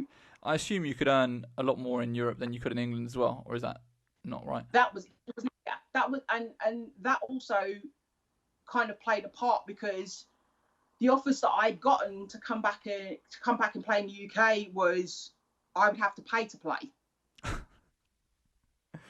which was at the time all right. Yeah, you kind of all right. You take that on board, but my thought process was, wait, you're asking me to pay you to play basketball, whereas there's a team out there that's willing to pay me to do exactly the same thing, and it's a better league, and it's a better experience for me. No brainer. Yeah, of course. So, it was weird. So after you turned pro, you did the first season in Italy, and then you moved to Spain. And I'm all right thinking that was where you first won your first title, title in the pros. Kind of what are your memories of that, and like I guess the putting together of the roster, the team, and your role within it. That was it was a game changer that year. That was probably one of the best teams I played on in my career. Absolutely amazing players. Pretty much every single player on that team played for the Spanish national team at the time. And the coach we had, God rest him, was considered one of the best coaches in the world at the time. A Russian guy named Gamelsky. He coached the Russian national team in the Olympics. And his way of looking at basketball and his way of coaching was absolutely immense. I learned so much from him. And to come into that program, to get an opportunity to come into that program, we were on it from day one. He had a goal, he had a vision, and we were going to achieve it regardless of what anybody else thought. And the way we played, we were able to adapt and adjust to pretty much any team we played. And it was just because of him, just the way he did things. And we ran away with the title. I think we were done with the title pretty much halfway through the season. We knew, we were just dominant. We just laid teams out. We were ruthless, and that's how he wanted it. And we were that year also. We played in EuroLeague, and we fell a bit short, and I think that was just down to scheduling of games. We had so many games at the same time, we fell short. But you went to the Final Four, though, right? Not that year. Not that year. Not with them. That came later with when I played in Italy. But the way he had things set up, it was a magical season. Everything was flawless. It was just crazy. And then midway through that season was when this Bosman rule was talked about, and how are they going to do it? And from the female side of things, I was one of the first Bosman players, because obviously, I was at the time when I signed, I was considered an international. Yeah. And then by halfway through the season, I was then considered a European. So then they were able to then bring in another American, because we had one, and then myself, and then they were able to bring in another American to add to our team, which made us even stronger. But it was unique because it was, again, you go into games and coaches are protesting because they're like, you can't have 3 Americans because there's 1, 2, 3 right there. And I'm like, I'm British. Here's my passport. Look at it. It's British. And I had to literally carry my passport at every single game I went to from that point forward, because they were insisting that I was American. They were insisting on it. They were like, nope, she's definitely American. We can prove it. And I go on, then. In some way, that must have been. In some way, that must have been quite flattering. That the Americans are always seen as the best players, and here you are from England, and they're all accusing you and assuming that you're an American. I didn't see it as flattery. I thought it was funny. I really thought it was hilarious, because I'm sitting there going, really? Come on, listen to my accent. That tells you enough. I'm not putting it on. Here's my passport. It clearly says I'm British. Let's move on. But it was every single game that we played, it was the same story. And I was like, And it went on for quite a few years, to be fair. I literally had to carry every game. I had to carry my passport just to prove that I wasn't American. So after that year in Spain, you went back to Italy, right? With a different team? Correct. Yeah. And it was in Italy where you then, like you were just saying, you made the EuroLeague Final Four one year. You won Italian Cup. You got the MVP there. I guess had a lot of. I would assume that was that your most professional success that you had in a condensed period of time when you're talking about winning titles and everything else. Yeah.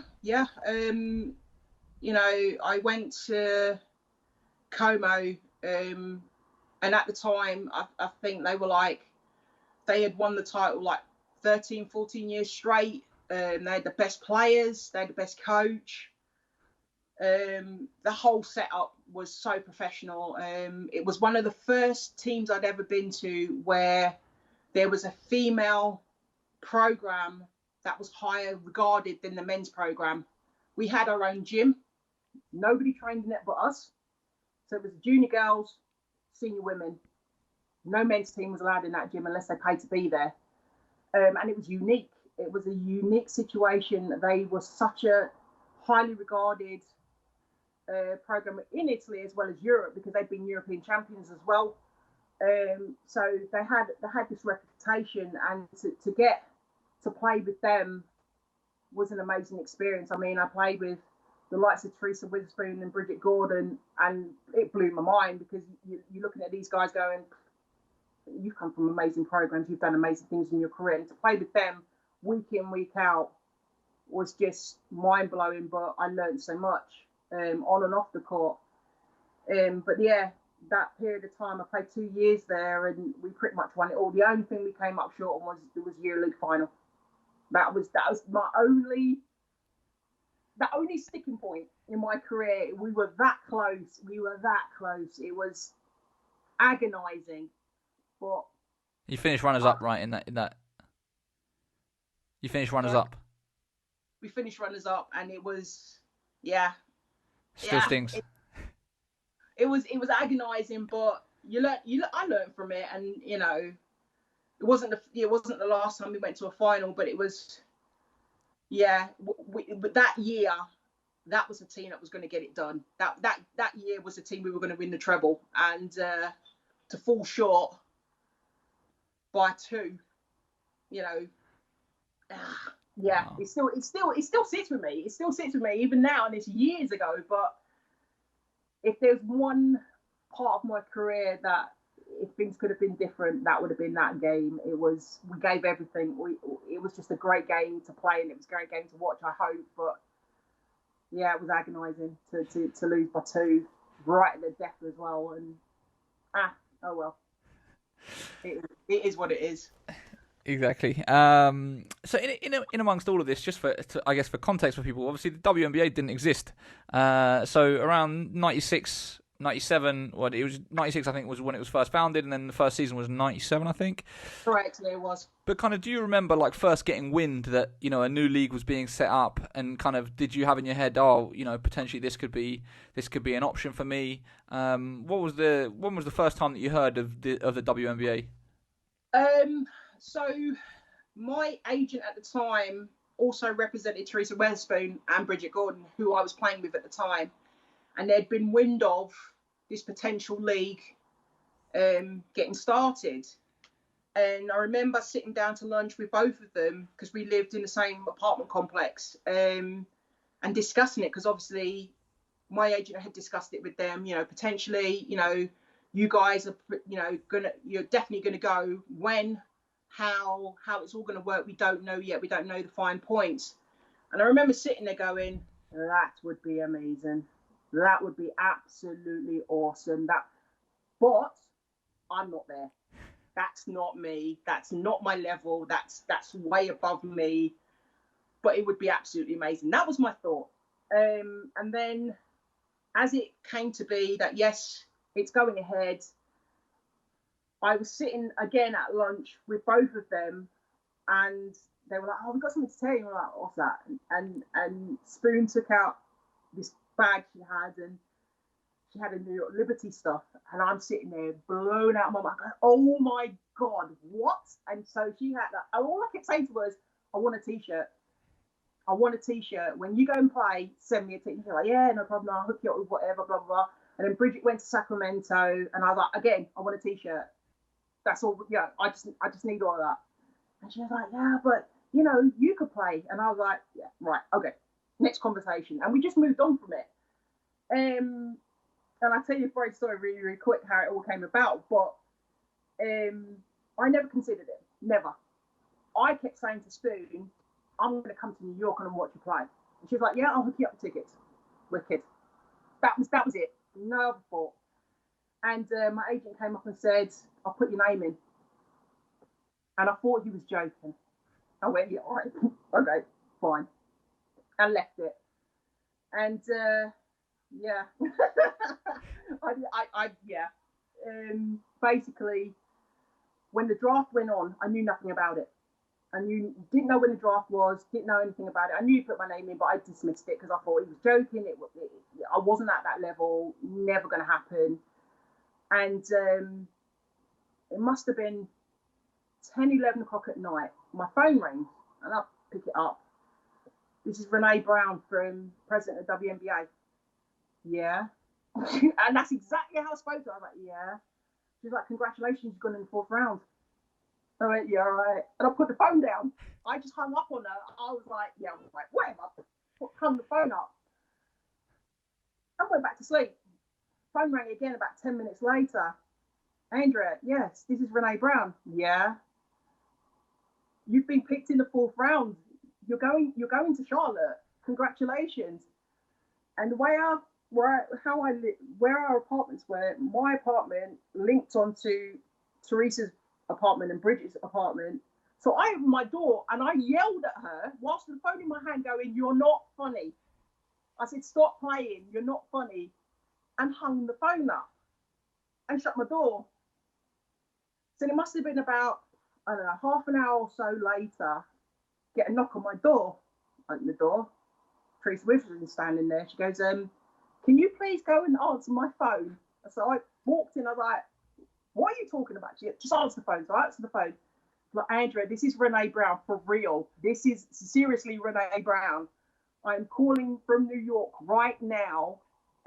This is not a prank. You've gone 4th round. You're going to Charlotte. Congratulations. And I dropped the phone and just screamed. I just screamed because I could not understand what was being told to me. I couldn't get it. I was like, you've got to be joking me. Like, seriously, no. And it was a couple of days later when my package arrived with all the stuff in it. I was like, oh my good God, this is real. So I called my parents and screamed down the phone at them and called Mark and all sorts. And it was insane, absolutely insane time. But yeah, that's how it all came about. Wow. It was too crazy. How did they do that early formation of the league? Because that was obviously because obviously your two teammates had already said that they were playing for New York and Sacramento. So what was it? They decided there was 8 franchises to begin with, right? So they decided the 8 franchises, and then they were allowed to sign certain players, and then they did a draft as well. Or like how did it work? Yeah. So essentially, what they did was when they decided, okay, this is the structure we're going to go with. We need to assign franchise players per squad. So I think they went with 2 per squad, and with them being big names, as in the States as well as in Europe, there was a pool for them. So a whole bunch of names went in, and there was a pool for them. And then obviously coaches and GMs and all those guys got involved into who was going to go where. But that was done, I would say, early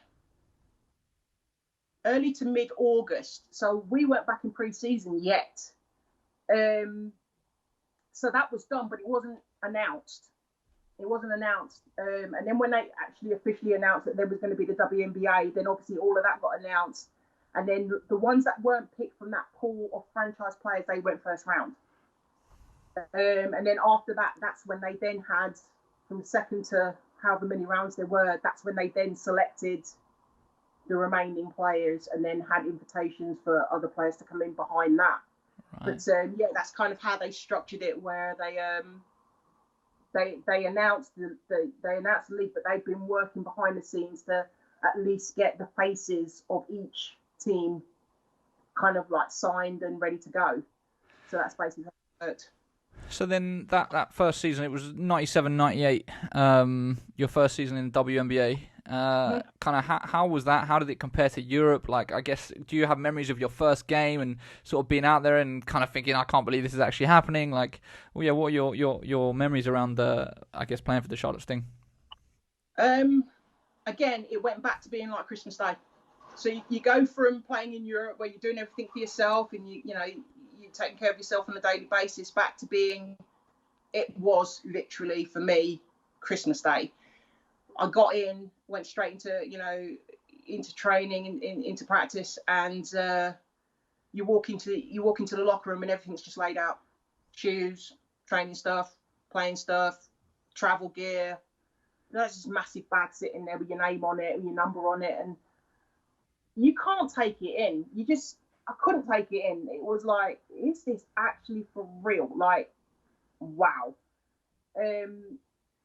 And then the whole hoopla, before the first game, there was so much media stuff. There was so many appearances, and I tell a story of, I came out of training one day and I needed to go to the store to get some stuff, and I happened to have my gear on or whatever because I hadn't had time to get changed, and I walk in the store and there's an announcement over the tannoy saying I'm in the store.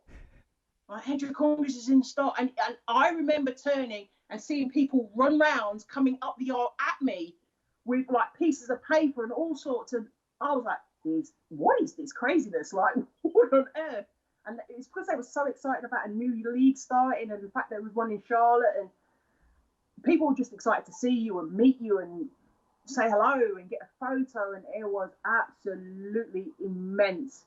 So that whole run up was just, it was hard to take in because you're doing so much in appearances and you're trying to focus on the one thing that you're there for, but you're being pulled away with going to talk to schools and media, and it was absolutely crazy times. But then that first game, I'll never forget it. Never ever forget it. The whole spectacle before it started. you know, it was, for me, I've never seen, even when I was in college, you never had anything like that. It was, you know, you had the mascot coming from the roof and, you know, all these cheerleaders and all these kids. And I'm thinking, I've got to focus on the game, but I can't focus on this game because of all this stuff that's going on and fireworks. And oh my word, it was mad. But then once that ball goes up, you forget everything else. You're there for a job. And again, for me, I need to keep my job. I don't want to be here for a couple of games and that be it. I want to be here for the season. I want to enjoy every single moment of this. So it was magical for me because I was able to start. I was a starter, and yeah, one of the best experiences in basketball terms. One of the best experiences of my life was starting that game and playing as hard as we did, and the people that we played against. I mean, we're talking world beaters at the time playing against us, and you know, on the same team as me, and just to see that amount of talent, that amount of experience, people that you'd heard of, people that you'd seen play, people that you'd admired, were on the court with you. It's mind blowing, but it was so magical for me. I went to bed that night and I couldn't sleep because I was just thinking about, oh my God, who have I just played against? This was amazing. We just did this, we just did that. And there's another game coming in the next couple of days. Got to do it again. How do I get myself up to go and do this again? So yeah, it was absolutely magical and one that I'll cherish forever. Did you feel like the level in the WNBA was that much higher than what you'd been experiencing in Europe, whether it's in the domestic leagues or in the EuroLeague? Way higher. And I say that because not just because of the way the game was played and not just because of, you know, it's a WNBA. I'm talking, there are games what I've played in Europe, you know, with the national team and you know, playing, you know, professionally in Europe or what have you, where it's you don't take a day off, but it's an easier game than most games that you play. Every single game I played in WNBA was top notch. You could not relax for a split second. It would the level was so ridiculously high.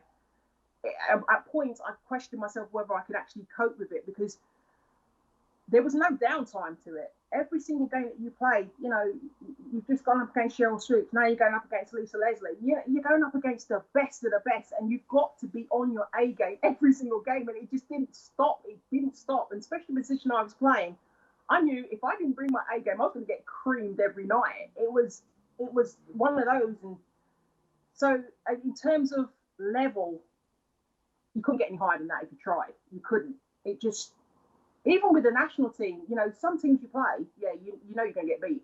You just, yeah, you know that. But you're not facing those amount of stars in one team every game that you play. In a WNBA, the amount of stars they had on their teams that you were facing every single night was insane. It was actually insane.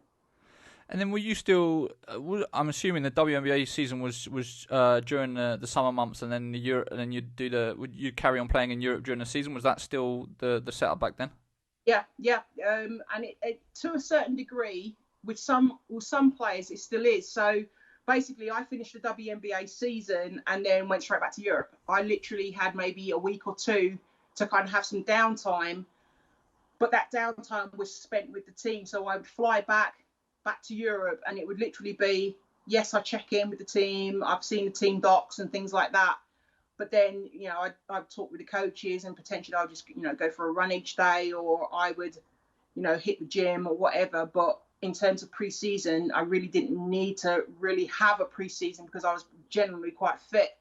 It was just making sure that I was ticking over. So I would have like a week or two of downtime, or if you call it downtime, and then rejoin the team back midway through their pre-season, and that was kind of pretty much how it worked each year.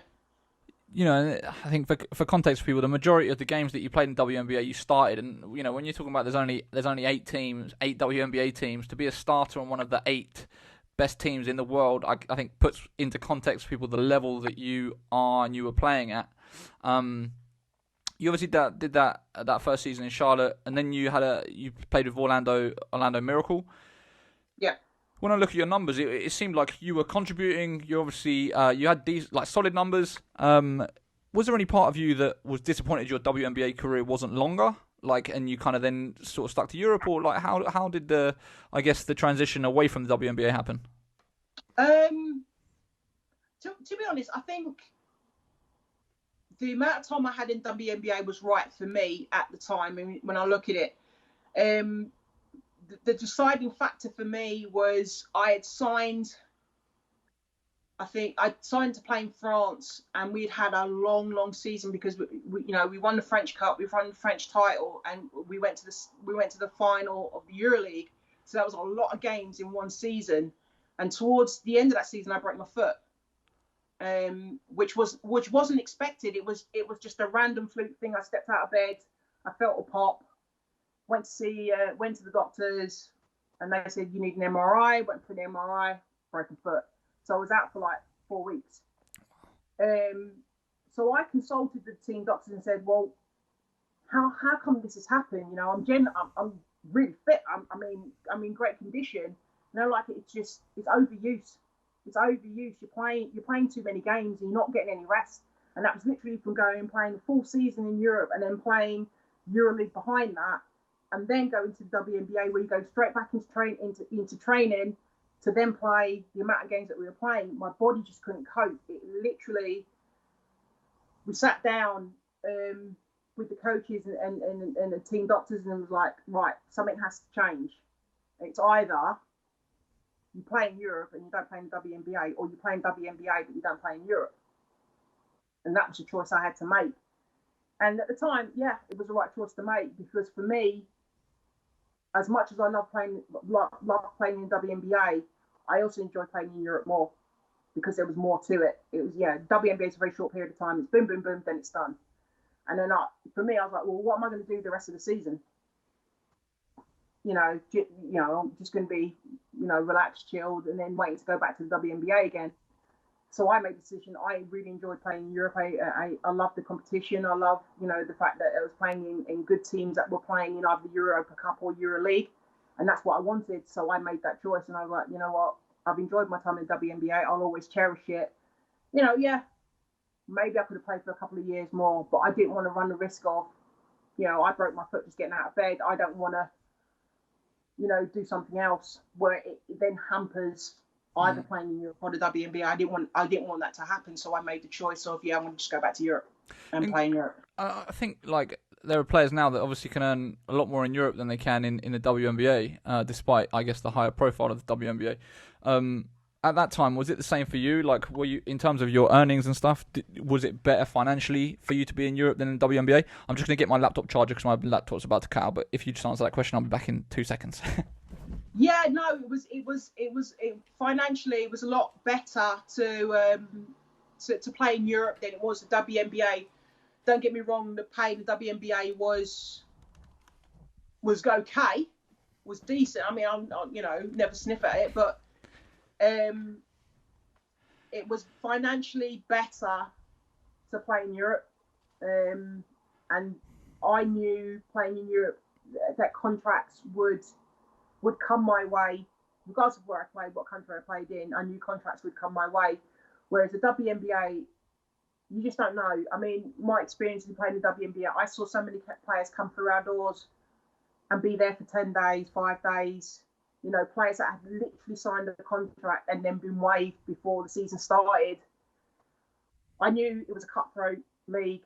I knew that you had to bring your A game, or you could potentially be gone. You could be traded, you could be waived, and that could be from day to day. I saw players come in to start training and literally didn't even make it to the training floor because they'd been waived that morning or they'd been traded that morning. And for me, the instability of knowing that, yes, you've got a contract, but it could be ended in a moment, because at the end of the day, it is a business as well. So, coaches are always looking for the best players for their teams, and if that means making a trade or waiving someone to bring somebody else in, that's what they'll do.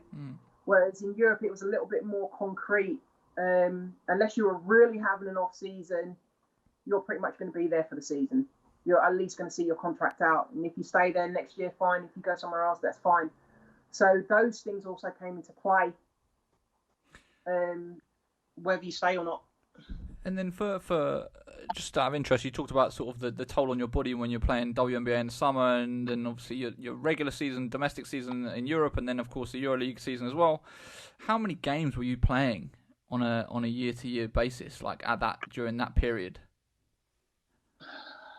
You're looking at, if I total it all up, you're looking at, for domestic, you're looking at probably between 20, 22 games. That's just domestic. Add on top group stage, and you're talking another 10 group stage there and back, as well as your quarters, your semis, and then your finals. Yeah, wow. And then you go WNBA. I can't even remember how many games we played in that season. You're looking at close to at least 50 games, if not more than that, in total, WNBA and Europe included. And a lot of that, when you've come off such a hard season domestically, plus your cup games, plus EuroLeague, then you get that small break, and then you go in again, and then you've got games back to back, because we were playing every 2 to 3 days, if not back to back games. It's a lot. Yeah. It weighs a massive toll. So then, I'm aware of time here, so there's obviously a lot of years left. So we're going to kind of give a brief overview of sort of post WNBA. You obviously had that. So you had the season in France, which was a very successful one as well for you in terms of titles and success. And you were in Turkey. Did you win in Turkey as well? I didn't stay in Turkey, unfortunately.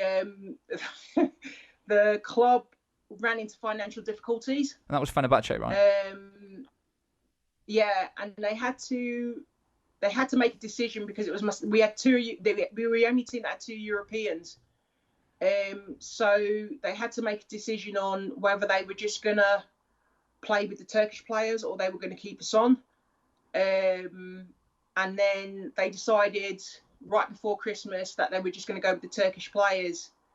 So we opted to cut our contract so that we could go and play somewhere else for the remainder of the season, rather than try and wait out and see what they actually going to do. Yeah. Because at that time we were told, well, we won't be able to pay you either. So you hanging around and then we're not being able to pay you as well doesn't make any sense. So we opted to terminate the contracts to go else, so that we could have an option to go somewhere else. You ended up back in Spain after that. Yeah. So it kind of, like I said, lucky I had really good agent who kind of went straight into attack mode and was like contacting teams. Are you going to need anyone in January? Or potentially right before the playoffs start. But I was lucky that I went in January, so yeah, it kind of worked out right away to go somewhere else. And then, I looked down the list, and you had time in Spain and Italy, and obviously the country that stands out amongst all the others was South Korea. Can you talk about that and how that came about? And also, they have a draft system there, right, as well, I think. They have a draft system, so you ended up getting selected in a draft. Kind of what was that experience like? Obviously, having played in Europe and America your entire career, that was the one place you played that was a little bit further away. Yeah, it was, for me, because I'd opted not to return to the WNBA. Obviously, I had a summer off, which was rare. So my agent contacted me and said, "Listen, your name's been entered into, the draft in South Korea." And I just looked at him and went, "What? Are you serious?" And he was like, "Yeah." Because obviously, then what they did was they took players that weren't playing in the WNBA or had, either been waived or traded or released or what have you, and they put them into a pool. And basically, my agent said, "Yeah, you've been drafted. Do you want to go?"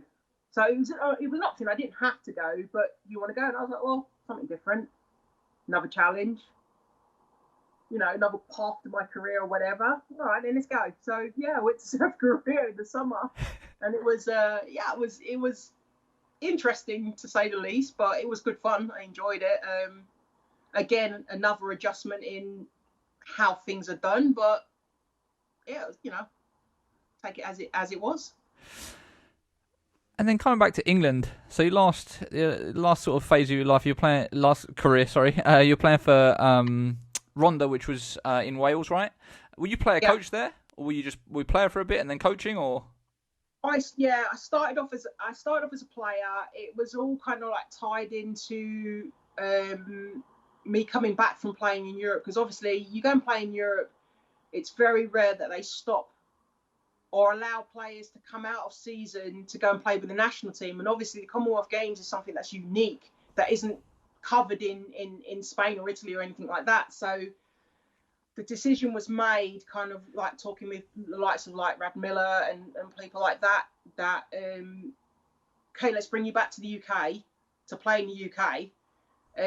With obviously the English League was then going to stop mid-January, early February, for us to then fly out to Melbourne to compete in the Commonwealth Games. And obviously this was a big issue, because obviously it was the stepping stone that we needed to progress with 2012. So I had a long conversation with Ed Miller and opted to go to Ronda. Again, the reason I chose to do that was because they were also playing in Europa Cup. So obviously I then get to still keep involved in playing in Europe as well as domestically. So it was an easy choice for me to make, because I could have gone to other clubs, but this was the only club that was playing in Europe, and that was what I was about. So yeah, I went to Ronda, and we had to stop mid-season to go to the Commonwealth Games, and then come back and then restart and then start the playoffs and things like that. It was a little bit difficult, but yeah, we managed to get it done. Then you did a year with Barking, and then kind of, I guess, as your playing days sort of wound down, did you find that difficult to make that transition away from playing the game? Did you have one eye on it for the last few years and kind of were thinking about what was next? I guess, how were you approaching sort of stopping playing? Yeah, I had a conversation with my family about it, because I was picking up way too many injuries. I was picking up little things that were taking absolutely forever to heal and get better. And at that age, I knew there was only so much left. So I was kind of realistic in what I wanted to do. And being at Ronda, kind of got thrown. My second season there kind of got thrown into the player coach role, because the coach that we had unfortunately couldn't continue, because he was a school teacher, so he couldn't continue to keep giving up time going to Europe and coming back and things like that midweek. So I fell in love with coaching when I started doing it there, and I knew that there was an avenue, that there was, that I could realistically retire and still keep within the game and still do things within the game that I love. So that kind of helped the process. And then going to Barking and having a long conversation with Mark about what I wanted to do next, how that was going to look, how that was going to work out, because obviously the opportunities in England aren't that great for coaches to be paid. It's more voluntary and things like that. There's only a very few unique situations where you can actually get paid, and it's not even that much most of the time. You generally have to have a job as well as coaching. You might get like a stipend or something like that.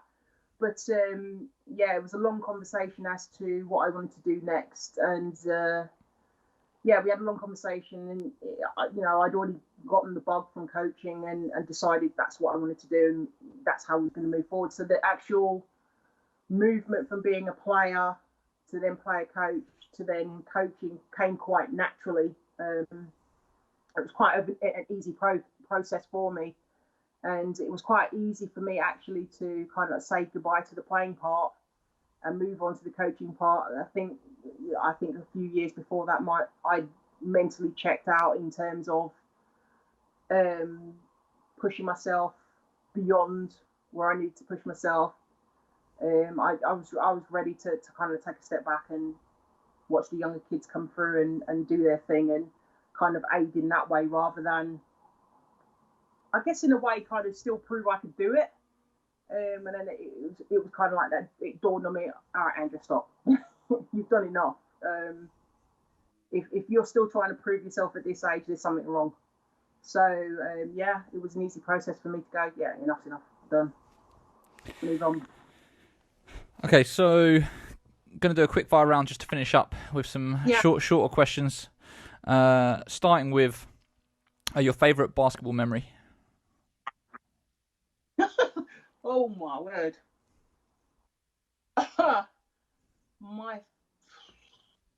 There's so many.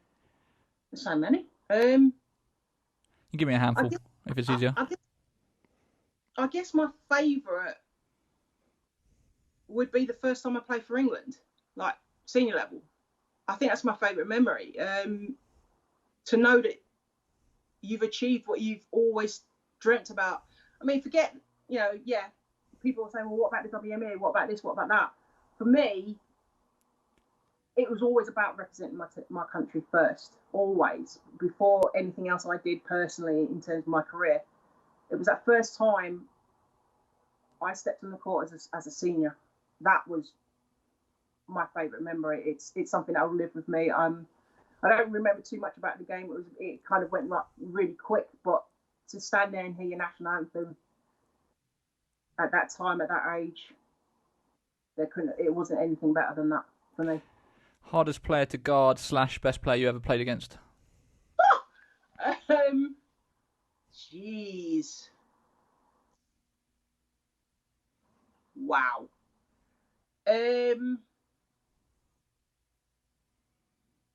Wow. I would say Lisa Leslie. Because she was just unbelievably quick for someone her height and her shape. She was just difficult. You just couldn't get a hold of her. Because she wasn't your atypical post player. She could do it all. She could step outside. She could shoot. She had quick feet, and you just couldn't get a body on her. And that was kind of what I kind of pride myself on defensively, was be able to body somebody. And I just couldn't body her. I used to struggle with her so much, just trying to get a hold of her, just trying to make sure, trying to limit her touches, trying to limit her shots, and the great player that she is. That it became hard. It became really, really hard. So I'd say she was definitely up there in the top 5 of players that were difficult to guard. And then the best British female player that you've played against? Play against? Yeah, like practice or like training camps, wherever. Like when you're talking about the all-time British greats that you've played against, who comes to mind? Easy. I think easy answer really is Carol Paris, because I trained with her, but I also played against her, because obviously when Crystal Palace closed, she went to Northampton. And obviously I went on my journey. But she was one of those players that never stayed still. One of those players that she made me work so hard. So hard. Like, she could do it all, and you couldn't read her. And I think that was my biggest problem with her, is I couldn't read her. I couldn't read whether she was going to stop on a dime and just hit a shot, whether she was going to go past me. Give and goes, all that type of thing. And she made it so difficult. But I really, really think definitely Carol Paris. Yeah, there's no doubt. Best coach you've ever played for? Mark Clark. End of conversation. he'll say differently, but 100% Mark Clark. What do you think separates Mark from the other coaches that you played for? With Mark, obviously Mark was there at the beginning of my journey. So from where I started to where I ended up, I attribute a lot to him. The fact that he pushed me, the fact that he kept me grounded, whereas other coaches were trying to blow my head up and you can be this, you can be that. He kept me grounded and he kept me sane. And even though there were years in between where I never played for him, he still kept me grounded. He still kept me pushing forward. He still kept me thinking about the little parts of my game that I needed to improve, just with simple conversations. And I believe I probably, and he'll disagree, I probably played my best when I played for him, because I just wanted to prove him right. I wanted to show him that the time he took on me was well worth it. The best individual performance of your career? Oh my God. Could not answer that. Not being funny, but I never thought about I could tell you if I had a good game, I could tell you if I had a bad game. I couldn't tell you what I did. I was never ever, and never will be focused on that. I could say, yeah, I've had better games than other games, but I can't tell you my best. I can't tell you. I couldn't tell you. I don't know. And then, what do you want your playing legacy to be?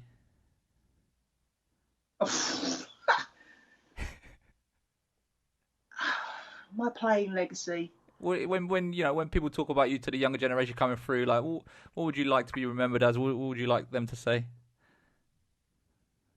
I guess just someone that loved this game beyond all compare, really. Just someone that just wanted to I guess, just wanted to be the best that I could possibly be.